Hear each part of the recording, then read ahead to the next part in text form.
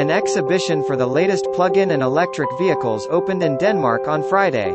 Denmark's e-car Expo 2022, which lasts through Sunday, is twice the size of its debut edition in 2021.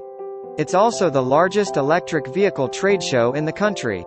Chinese e-automakers Xpeng, SAIC's MG, BYD, and iWays were among those displaying their latest cars.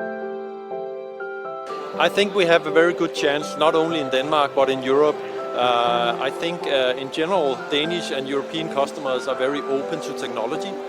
We build very good cars. We have high quality cars with high levels of tech and safety as well.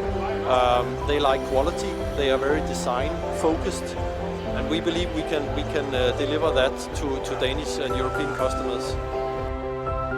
According to Danish e-mobility, an e-vehicle industry alliance, sales of electric and plug-in hybrid vehicles accounted for 33.6% of total vehicle sales in the country in the first half of 2022.